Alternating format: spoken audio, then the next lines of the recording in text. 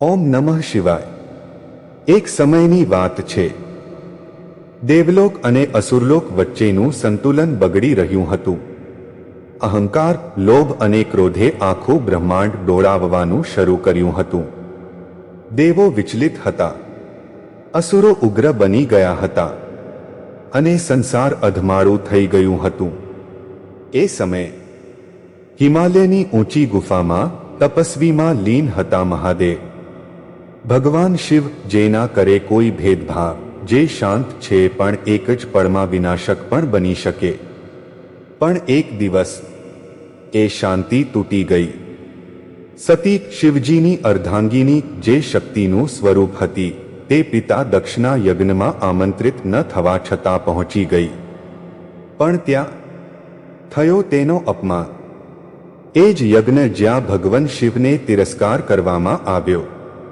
સતી માટે એ અસહ્ય હતું અને ત્યાં જ તપમાં બેસેલા શિવની આંખો ખુલી ગઈ।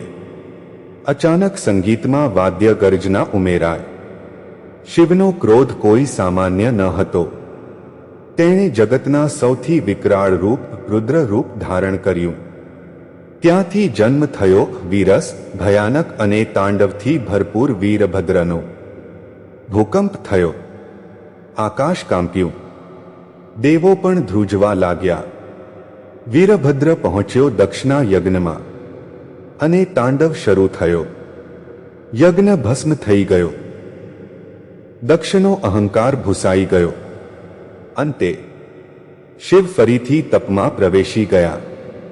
તેણે પોતાની શક્તિનો પ્રયોગ શિષ્ટાઈ માટે કર્યો, અહંકારને નષ્ટ કરવા।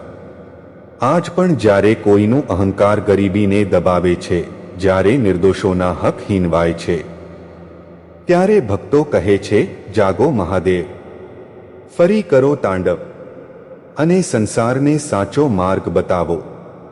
શિવ શાંતિ છે, શિવ ક્રાંતિ છે, શિવ તપ છે, શિવ તાંડવ છે।